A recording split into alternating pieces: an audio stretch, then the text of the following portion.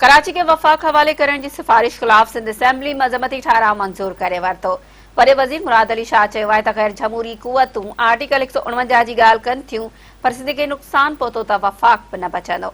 असां सिंधु देश जी ॻाल्हि कंदड़नि सां विढ़ंदा रहिया आहियूं। असां पंहिंजो रत ॾींदासीं, पर पाकिस्तान खे नुक़सान पहुचण न ॾींदासीं। स्पीकर आगा सिराज दुरानी जी सदारत हेठि सिंध असेंबली जे इजलास में पीपी मेंबर सोराब सरकी कराची के वफ़ाक़ हवाले करण जी सिफ़ारिश ख़िलाफ़ मज़मती ठाराव पेश कयो, जेको ऐवान मंज़ूर करे वरितो। इजलास में ठाराव ते बहस कंदे सोराब सरकी चयो त कराची के आर्टिकल 149 तहत वफ़ाक़ हवाले करण जी सिफ़ारिश कराची जे शहरियनि खे हिक ॿिए सां विढ़ाइण जी साज़िश आहे।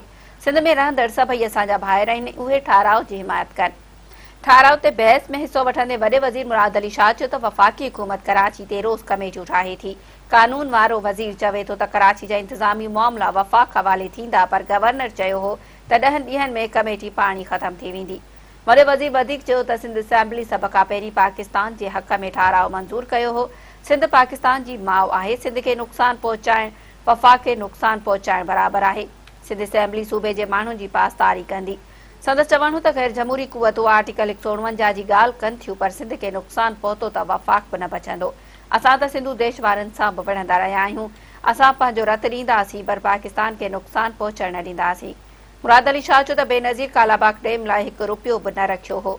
शहीद बेनज़ीर बाबति ॻाल्हियूं ग़लति ॻाल्हियूं कयूं वञनि थियूं। हुन वधीक चयो त वज़ीर आज़म लगातार आइन जी लताड़ पियो करे। 10 महीननि खां CCI जो हिकु बि इजलास नाहे थियो। मुल्क जो अवाम हुक्मराननि खे पंहिंजी मर्ज़ी न हलाइण ॾींदो। वॾे वज़ीर जी तक़रीर दौरान PTI मेंबरनि सख़्तु एहतजाज कयो, जॾहिं त मुतहिदा ऐं PP मेंबरनि विच में मुंहमारी पिणु थी। वॾे वज़ीर जे ख़िताब खां पोइ स्पीकर इजलास सुभाणे ताईं मुलतवी करे छॾियो।